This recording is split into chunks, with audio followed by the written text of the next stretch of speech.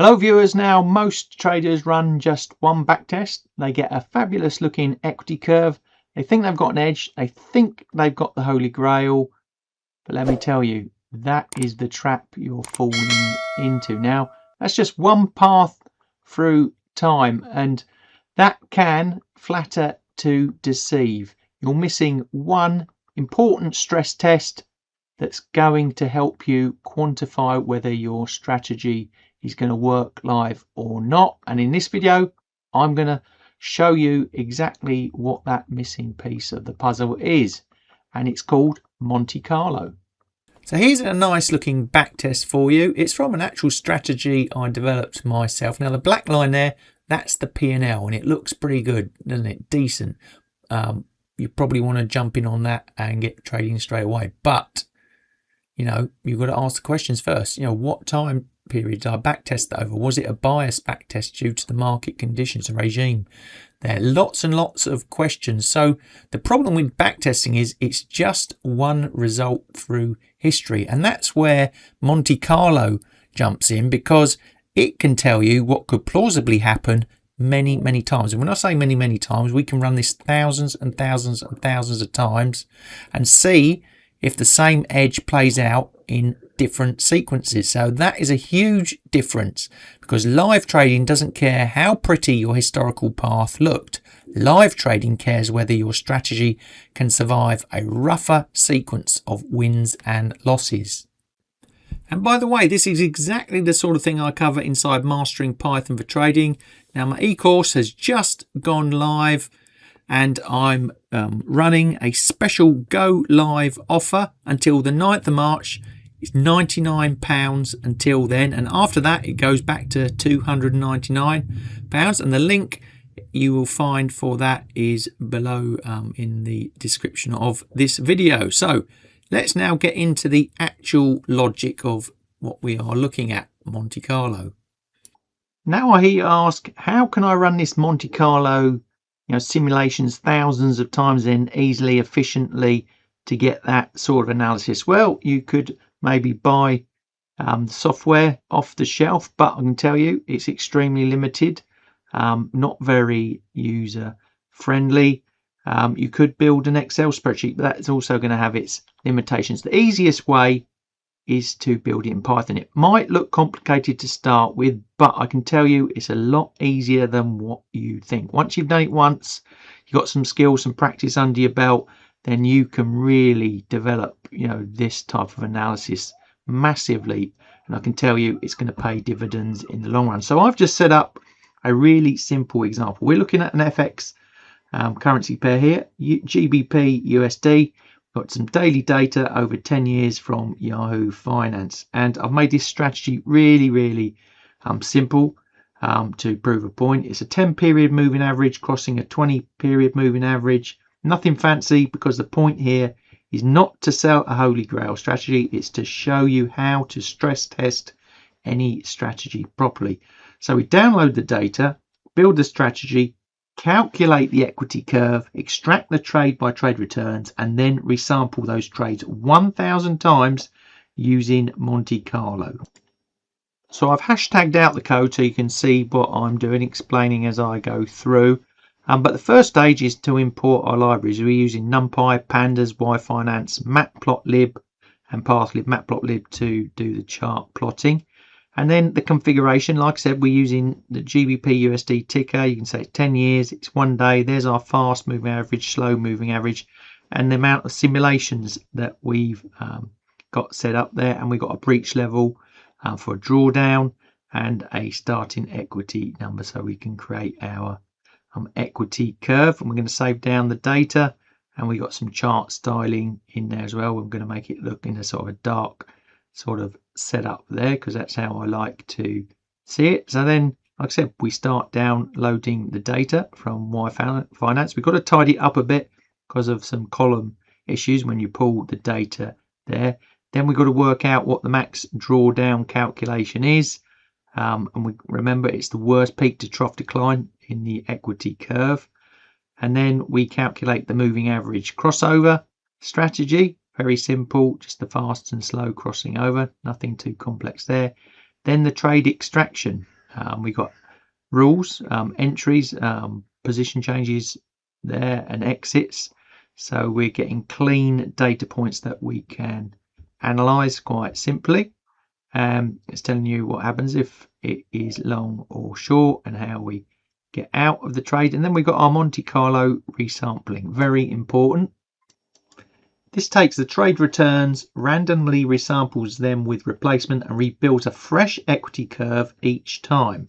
So we're not replaying the market, we're replaying the trade outcome profile in different sequences. That's the key idea. Same strategy, same return distribution, different order.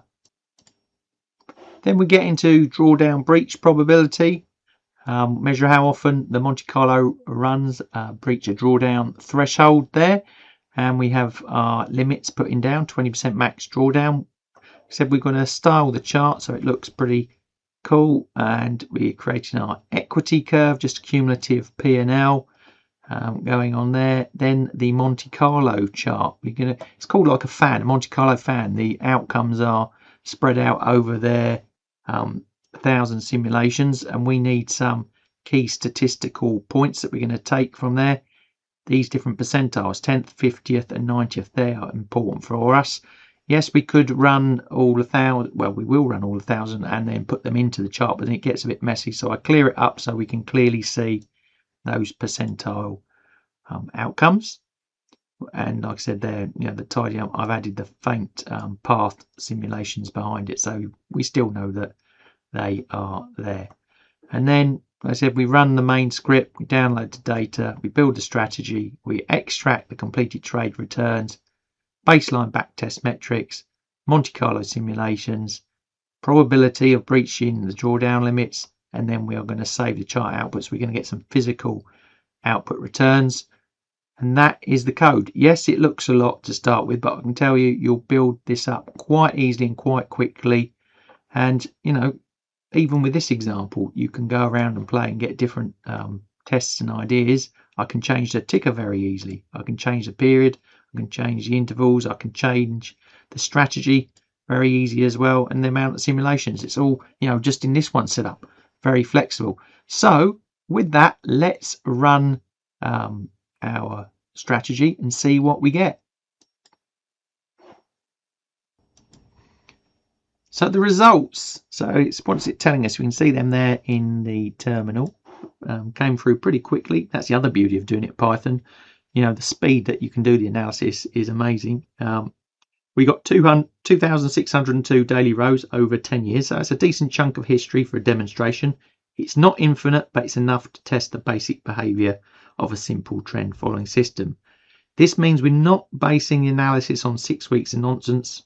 We've got multiple market regimes in there, karma periods, trending periods, and messy periods. Now, the number of trades, not many there, 67. That's enough to run a meaningful Monte Carlo demo. But let's be honest, it's still not a gigantic sample. This is important. Monte Carlo is only as good as the trade sample you feed it. If you've only got 12 trades, you're just shuffling a tiny deck of cards. With 67, you've got something usable, but I would still describe this as informative, not bulletproof. Now the backtest max drawdown results there, minus 14.85%. This is the worst drawdown in the single historical backtest path, just under 15%. So that tells us something useful, but only something limited. It tells us the worst drawdown that happened in this exact historical sequence. It does not tell us the worst drawdown the strategy could plausibly suffer if the wins and losses arrived in a nastier order. And this is exactly why Monte Carlo exists. So treat this number as, here is what happened once, not here is the maximum pain I'll ever feel live. A mean trade versus median trade. Well, this is actually where it gets interesting. The mean trade return is positive, just barely at 0.0283%, but the median trade return is negative at minus 2.053%. That combination tells you a lot. In plain English, the average is being pulled up by a smaller number of stronger winning trades, while the typical trade is actually slightly negative. That's classic positive skew. So in other words, most trades are mediocre or slightly losing, but the winners that do work are big enough to drag the average positive. That is exactly how many trend following or breakout style systems behave. And here's the practical lesson for you. If you trade a system like this, you have to be psychologically able to sit through a lot of ordinary or frustrating trades while waiting for the bigger winners to do the heavy lifting. If you're the sort of trader who bails after a cluster of small losses, you can kill a real edge with your own impatience. And then we have finally there the Monte Carlo drawdown breach probability. The SIM's 1,000, and you can see the P max DD there less than 20% at 0.243. So that's the most important line in the whole video. So we ran 1,000 simulations by reshuffling the actual trade returns, and the result says that there is a 24.3% probability that the strategy experiences a 20% drawdown or worse. So that means roughly 1 out of 4 plausible alternate trade sequences, this same strategy breaches a 20% drawdown. That is not a tiny tail risk. This is a serious live trading consideration. And this is the exact point of Monte Carlo. Your historical backtest only showed you a max drawdown of 14.85%. But once you stress test the sequence risk, you discover there is a real chance that the live experience is materially worse. That is the lie the single backtest was telling you. Now that bit of code also produced a couple of charts, and this is the equity curve. It's not a disaster, it's nothing special. You can see it drew up nicely from 2020 onwards, but still very bumpy. It's not a disaster, but it's not exactly a rocket ship either. So over 10 years, it's fairly choppy with modest upward drift, you could say. So that means the strategy is not explosively strong. It looks more like a thin edge than a dominant one. And that matters because thin edges are much more vulnerable to things like slippage, spreads, execution mistakes, oversizing, and simple changes in market behavior. So if you saw this equity curve alone, the correct reaction is it's not amazing. I'm not going to get rich from it. The correct reaction is it's probably interesting but fragile and needs further testing. So then we created what we call the Monte Carlo fan chart. This chart is where the truth shows up. The white line is the median Monte Carlo path. That's basically the middle of the distribution, the typical simulated outcome. The green upper line is the stronger upside case. The red lower line is the downside case, and the faint lines you can sort of just make out in the background there show alternate plausible paths. Now look at what it's saying. The upside path reaches roughly 1.24 to 1.25. The downside path drifts down towards roughly 0.82, and the median path sits around flat to barely positive. That tells us something very important. The strategy outcome is highly path dependent. In plain English, the same basic edge can feel fine, mediocre, or ugly depending on how the trade sequence lands. So the Monte Carlo fan is not saying the system is useless. It's saying do not mistake one decent historical run for guaranteed live smoothness.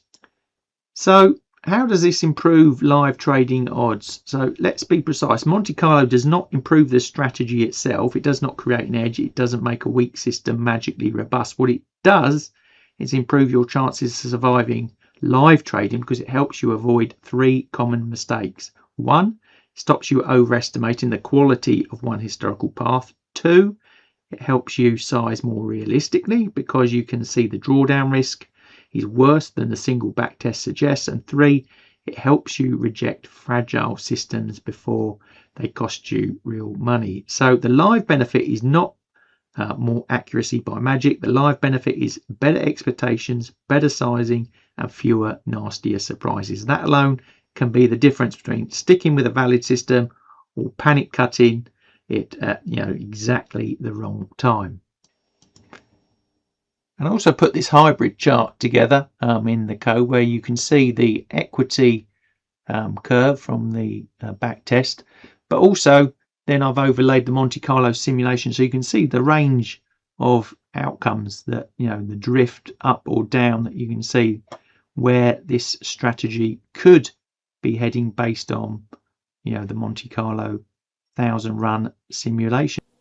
So you've now seen that a backtest shows you what happens just once, whereas Monte Carlo simulation shows you what could happen plausibly thousands of times, and that makes a difference. And if you want to learn these skills, you want to start trading like a professional, like I said, you can do so with my Mastering Python for Trading course. If you've had no Python experience whatsoever, it's all built for you as well. It goes through the beginner stage. We relate it then to trading specifically with all these type of things like Monte Carlo simulation, technical analysis, strategy design, signaling, all that sort of thing. And then we end up with taking it even more advanced into the world of machine learning. And like I said, it went live just recently, and we've got that £99 offer for you until the 9th of March before it returns to £299. And you'll get all the video content, the slides, and all the hard code there for you as well. If you want it, it's all there. Like I said, links in the description below this video. Now, I hope you've liked the video. If you have, please give us the thumbs up. Don't forget to hit the subscribe button. And that's it really from me now. Like I said, I hope you've enjoyed it, and I'll see you in the next one.